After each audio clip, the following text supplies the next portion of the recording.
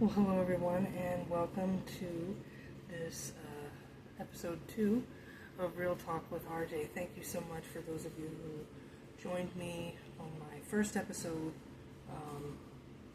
about almost a week ago now. I want to try to do one episode a week, so we'll just see how that goes and how everything turns out. So anyway, on to episode 2. I have 2 cameras that I'm looking at now, so if you see me kind of shifting back and forth, that's what that's for. I'm recording on my laptop, and I'm also recording on my cell phone. So you'll see kind of looking in both directions here and there. It's okay. I just wanted to have one as a backup because I know that my laptop will not run out of space. It has more space on it than my smartphone. So I'm not doing a TikTok live like I did last time. I will do a TikTok live in the future, but it will not be a podcast episode. It'll just be a way to connect with the people that are following me there and other places if they want to come and join. Okay, so episode 2. So if you recall, my first episode was about the genocide of Christians in Nigeria. How it got started, who's doing it, and what should our response as Christians in the West or in other countries, what should our response be to these Nigerian Christians? So we talked about that last time. So this next episode, episode 2, is going to be about something called gerrymandering. Okay, this is a political move. It started years and years ago, okay, shortly after the birth of our nation in 1776. So gerrymandering has been around for a very long time. Its origins are very interesting, and both parties, Republican and Democrat, still use it to this day.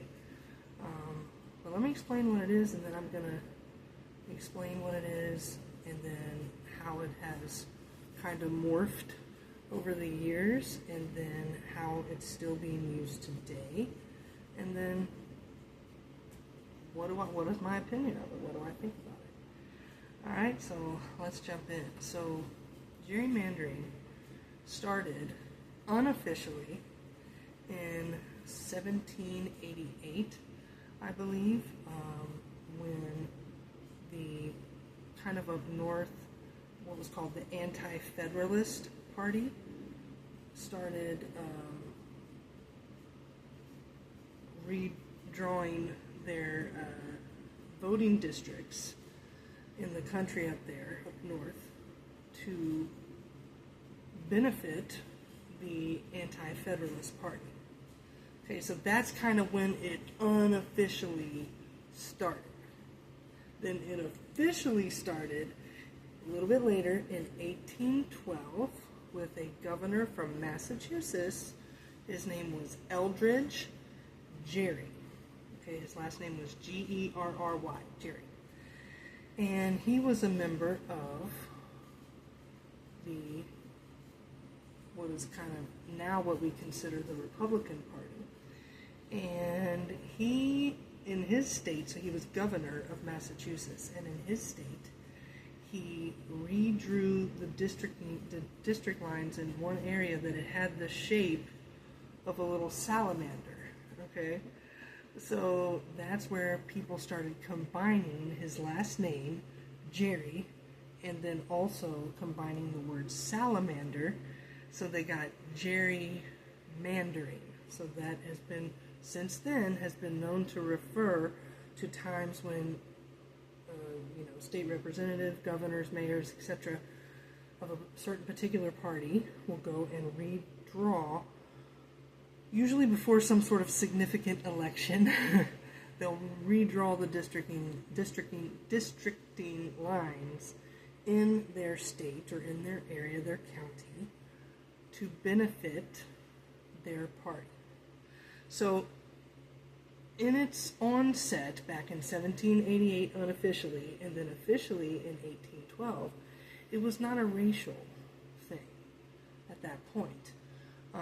It was specifically a power grab by whichever political party was utilizing it. Okay, so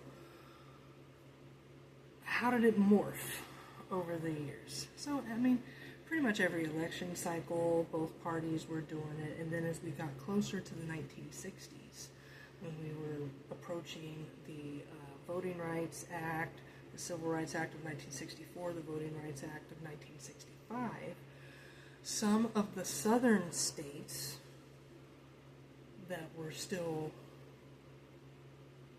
having some elements of racism there, some of those political officials in those areas were doing the gerrymandering for more of a racial thing.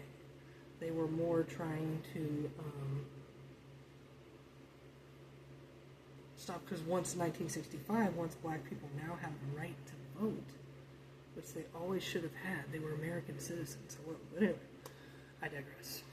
So when they got the right to vote officially, they started some of these southern states, and like I said, I do believe that a lot of it was racially motivated, started doing the gerrymandering to stop the black people from their vote. Okay, so it started as a power grab between both parties, and then it morphed over time, especially in the construction area, after the Civil War and in the construction, and then especially into the Civil Rights Act and the Voting Rights Act. It became more racially motivated. Now, I wouldn't say it was 100% racially motivated, because at the end of the day, that could have been part of it, but they really were trying to get their guy to be voted in. And that could have been something racial. Maybe that guy was a KKK member. I mean, I don't know. So it could have been racially motivated. But it does seem that it was more, I wouldn't say 100% racially motivated, but it was more racially motivated than when it first started. Okay? So now that we are, 60-some, 70-odd years post that, 61? Yeah, 61 years past that, and it's 2026, and are there still some people, specifically in the southern states, that may be racially motivated? Yeah, I think that's possible, but I think it's quite a bit less than what it would have been in the late 1800s, early 1900s, and definitely into the 1960s. So I think while there may still be some political individuals that are racially motivated, I mean, it's a possibility, I would say that's more, it's less likely than it was back in that time. Now, do we still have work to do? Do we still have to make sure that we are treating everybody equally under the law and under the Constitution? Absolutely. However, I don't think modern day gerrymandering is racially motivated. I think it's hearkening back to yonder years when it was just a power grab. Now, so what's currently happening with this gerrymandering stuff? Alright, so over the past several months, I think it started in late 2025 and it's happening more in 2026, the Republican Party has been doing this power grab. They are trying to secure all the seats in the House and the Senate, the Congress. They are trying to secure all the seats that they possibly can for this upcoming midterm election at the end of 2026. Okay, so they are trying to gain control, essentially. Okay, now the states. Let me get my little trusty notebook. The states so far that the Republican Party has redrawn districting voting lines and districts in have been Tennessee, Louisiana, South Carolina, and Georgia. And then in South Carolina, I think in a couple of these states, it's being going to the courts, because there some political pundits and some various representatives in those states are saying that this goes against the Voting Rights Act of 1965. Now, Is that the case? Does it really go against the Voting Rights Act? Are black people no longer allowed to vote because of the redrawing of the lines? No. They can still go vote. Their vote is still heard, right? But it's just that they're taking, by redrawing some of these lines, they're taking predominantly majority black areas and kind of like spreading them out into different areas so they're more mixed in with the other ethnic and cultural backgrounds represented in their states. So some say this is racially motivated because it is affecting these majority black communities and that all black people vote the same.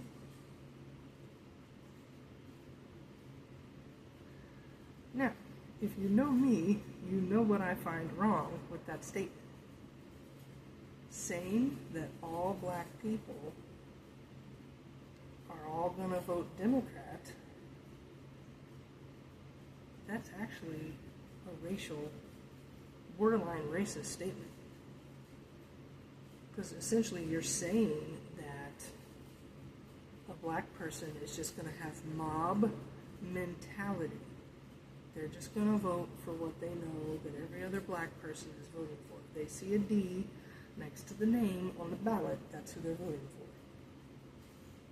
In some cases that may be the truth, but to make that blanket statement of all black people is incredibly racist, because then you're saying that black people don't have the ability to learn the issues, to study, to research, and to make a calculated decision for themselves of who they're going to vote for. That's like saying all black people don't think. That's incredibly racist. So while it may a little bit disparage some of the black people in those areas, not all black people vote Democrat. Some vote Republican, some vote independent, some vote for both. Now, I'm neither Democrat or Republican, okay? I'm not an independent, I'm a registered libertarian. Okay, I believe that the Constitution is key. I believe that states should be sovereign. I believe the government should have as little say in our lives as they possibly can, that we should be free to live and to do and to really truly succeed in this country. Now, have I've voted for libertarian candidates. Sometimes they were write-ins. I have voted for Republicans, and there have been a couple of occasions, not as much. I think the Democratic Party is way far away from my core beliefs, especially as a Christian. I'm against abortion, so the majority of Democrats support even late-term abortion, and I'm not with that. I will never be with that, and because of that, I will more than likely never be voting for a lot of Democrats. But I have voted, I think, over the years since I was 18 years old is when I first started voting. So that was, I don't know, 26 years ago, yeah, because I'm 44, so 26 years ago.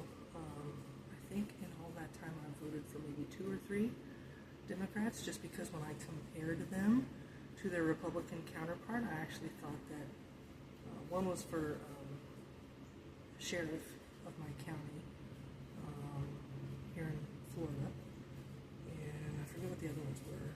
Local, representatives. I just compared the 2 candidates, the Democrat versus the Republican, and not all the time, but there were a couple times where I felt like the Democrat was a better candidate and had a better track record, and I voted for them.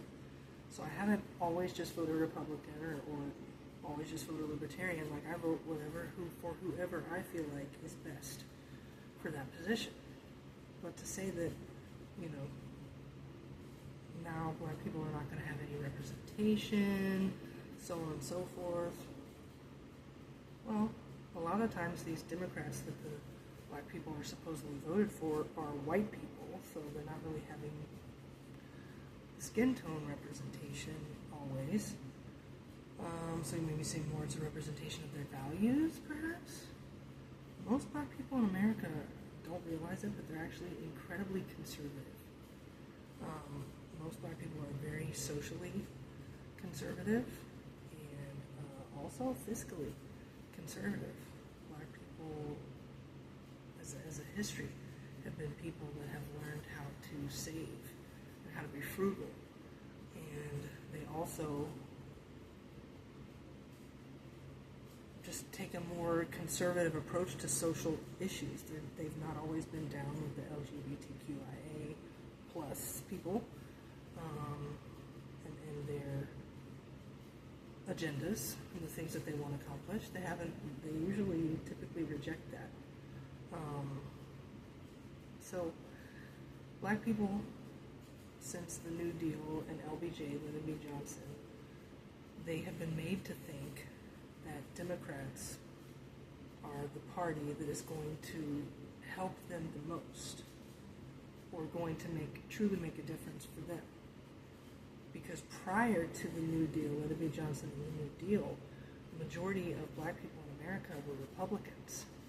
Because remember, which president issued the Emancipation Proclamation? Abraham Lincoln. And what was his political party? That's right, class. Republican. Okay? So, from that time until the New Deal with Lyndon B. Johnson, which was a big lie, anyway, he didn't do anything for them. He was trying to put them on another plantation, the Democrat plantation. And sadly, many, many black people have stayed right there. And guess what? The Democrats didn't do anything for them. Not one thing. They have not ever truly made a difference for the black community. But yet, the majority of black people are still voting Democrat, but there's been a rise with the last couple of elections. There's been an increase in black people voting Republican. Right? Some black people are saying, hey, I'm not just going to go along to get along. I'm going to think about this. I'm going to think about, who I'm voting for. So I think the premise that this is entirely racial in nature, this current modern day gerrymandering, to say that it is purely racially motivated, I feel that's taking it too far. Is it politically motivated so that the Republicans can get their guys or gals in office during the midterm election? Absolutely. Absolutely. But now let's talk about what states have the Democrats been gerrymandering in. Okay, so they have done recent, okay, to also help this midterm election for them. They have done redrawn the district lines in California. Surprise, surprise. In Virginia, in New York, and I believe also in Illinois. Because I was doing some research on this, I want to make sure I get all the information to you correctly.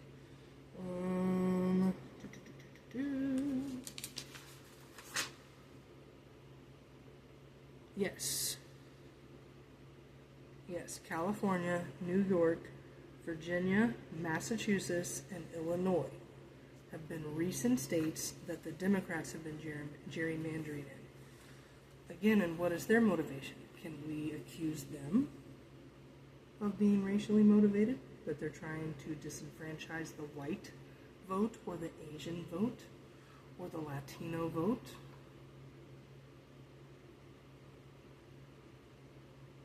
No, because I don't think that's a fair statement, because we don't know the intentions of the heart of each person, but we do know what they're trying to do and what they're trying to accomplish. They are trying to accomplish their representatives to get the most possible votes. That's the whole reason. So I don't think the Democrats are doing it for racial reasons. I think they're doing it as a power grab to try to get their people in office. Okay? So both parties do it.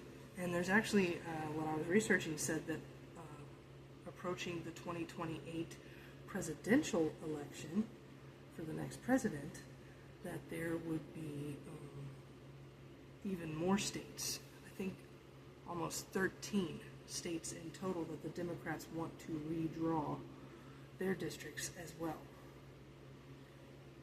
Now, both parties do it. It seems to be a power grab by both parties. I don't think it's racially motivated because not all black people think the same or vote the same. Every black person is an individual. They each have their own individual brain. They can do their own research and they can make their own decisions. Now, what do I think about gerrymandering as a whole? I don't like it. I don't like it. I don't think Democrat or Republican should be doing it. I don't think it should be allowed. Okay? I just don't. And not because this part is predominantly black or this part is predominantly Latino or whatever. That's not the reason. The reason is I think it is, I wouldn't say it's unconstitutional. I would say it borderlines unconstitutional, but it's definitely not in the spirit of what our nation was founded on, freedom, right? If you have to manipulate a map to get your guy or gal elected, then what does that say about you? That says that you don't really believe that that individual or those individuals can truly make a difference, or that they don't know what they're doing, or that they have no chance. If they have no chance, then let them have no chance. Let them learn what they did wrong and get it right next time and try again. You see what I'm saying?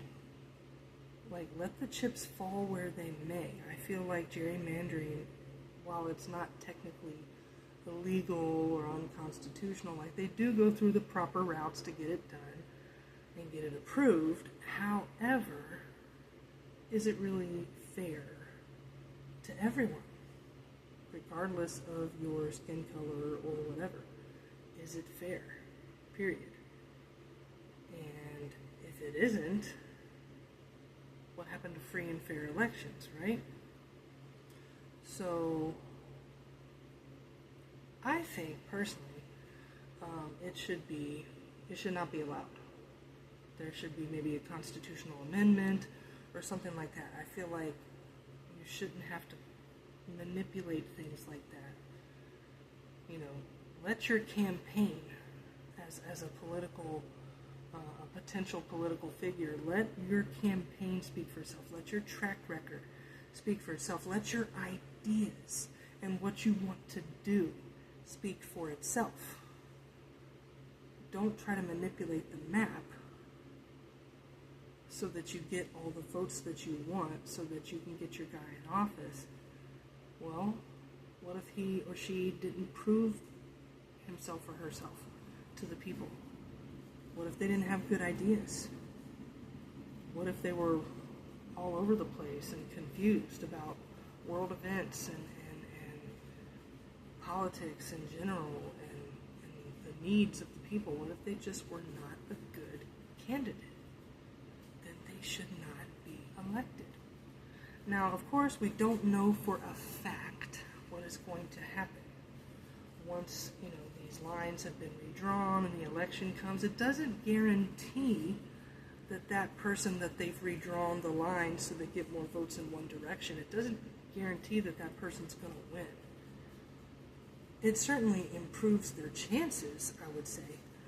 But until the actual election day comes and the results come in, we don't know for sure what's going to happen. So it certainly helps out the person or individuals or a particular party if they draw the lines a certain way, but it's not a guarantee that their people are going to get voted in. But all they've done is to just potentially confuse a lot of voters, trying to manipulate the odds in their favor. I just don't like that. I think you have to win the votes of the people through your messaging, through your track record, through your campaign, through being somebody who has honesty and integrity. Those are like evil words in politics. Somebody who's honest and who does what they say they're going to do and has integrity. Wow. That's hard to find, right? But that's what they need to do. They need to prove themselves. And then if the people in that area like them and vote them in, awesome. If they don't, better luck next time. try again in a couple years. Go back and look over your campaign, look over your messaging, look over who you are as a person here and here, and see if you line up with what your particular state, your particular county, your particular community, what they are asking for, what they need. So I don't agree with gerrymandering at all. I think it needs to stop on both sides. Just leave people alone. Leave these maps alone. Let people vote how they want to vote.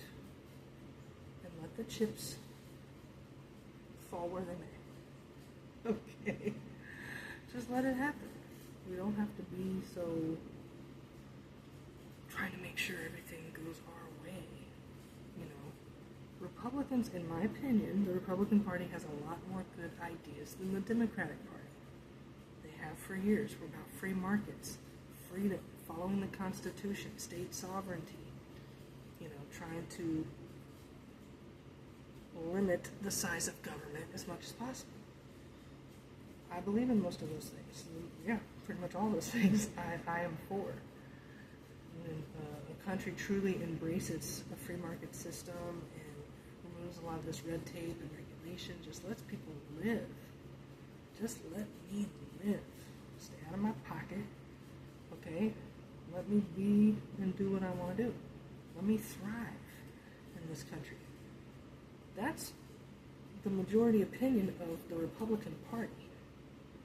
The Democratic Party, not so much. They're for big government, they're for control, they're for more government programs instead of letting people figure out their own solutions to their problems, letting the free market system handle these problems.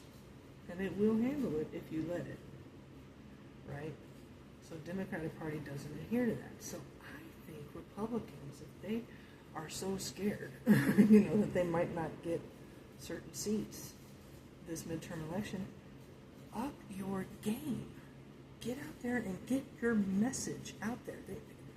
They need to start talking about the original Republican Party of Abraham Lincoln. How these people were abolitionists. They hated slavery.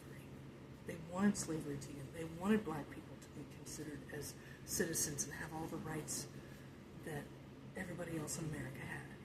Get back to the original Republican Party. Focus on that. Talk about the history of the Republican Party and then where it is today. Talk about how LBJ, with the New Deal, steered a bunch of black people toward the Democrat Party because they were Republicans for years. Years and years and years. And talk about how he put them on another plantation called the Democratic Plantation. And the Democrat Party's plantation. The Democratic Party is keeping black people slaves. Just the same, it's a different type of slavery, but it's slavery nonetheless. It's slavery up here. Oh, just vote for the D, vote for the D. Well, if I'm a black person, well, why? Why should I vote for someone with a D next to their name? What about a person with the R next to their name? What do they believe? How is it different? Which party would actually benefit my community? I think Republicans, if they're truly a little frightened that they're going to lose some seats this coming election at the end of this year, towards the end of the year, up your game. Get your feet on the pavement. Go knocking on some people's doors. Go be personable. Go say, hey, I'm no different than you. I live in this community like you do. I know what you're struggling with. I see it every day. I'm experiencing it myself. But here's how the Republican message and here's how the Republican Party's values can actually turn this situation around. A, B, C, D. Prove it. That's how you get the votes. And same for the Democrats that are redrawing the lines in the states that I mentioned. California, Massachusetts, Illinois, Virginia. Okay? Do the same thing. If you're so scared, up your game. Go get your feet on the pavement. Go door knocking. Go meet some people. Go talk to some people. Go listen. And don't just do it to say, oh, look at me. I'm a man or I'm a woman of the people. No. Do it because you actually care. Be authentic.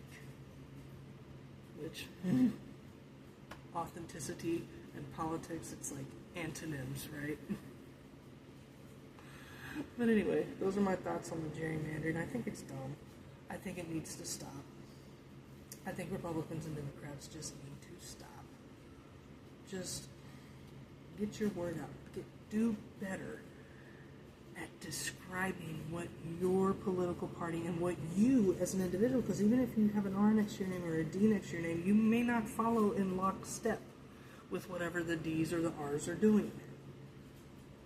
So not only advocate for your party, but put your ideas out there. And let the chips fall where they may. Let people vote how they want to vote. Stop trying to manipulate. Get your message out. And make sure that you do a good job. And that you're honest. You might just get the vote. Alright, so those are my opinions on gerrymandering. If you haven't done so already, why haven't you subscribed? Why haven't you liked? Why haven't you shared and commented on my podcast and on my channels? Alright, so I am on the TikToks, and I am on YouTube, and I am on Spotify. All three of those platforms, I have the same exact channel name, Real Talk with RJ. So if you search that up on TikTok, YouTube, or Spotify, you will find me. I've already got episode 1 up on all of those platforms. As soon as I conclude this video, I will be doing my work to upload it to all the same platforms. Okay? So please subscribe, like, comment, share. That's how we're going to build this thing up. That's how we're going to get the word out. And that's how I'll be able to do new cool stuff. I'll be able to have a theme song to Real Talk with RJ if you just subscribe and help me out, right? Thank you so much for listening. I thank you so much for listening to my opinions and my thoughts on these matters. And biblically speaking, because I do want to talk about how do we look at this from a biblical standpoint. We see in Scripture that yes, as Christians, as believers, we are part of a community, but we are saved individually. So individually, it does matter what we believe, who we put our faith in. So you can kind of take that general idea of Scripture that yes, we are part of a community, but we are also individuals, and we're also, each one of us is very important. The same thing when it comes to voting. Every person is an individual. They need to think as one. They need to do their own research. They need to be informed and know who they're voting for and why they are voting that way or why they're voting for that particular person. They need to understand what they're doing.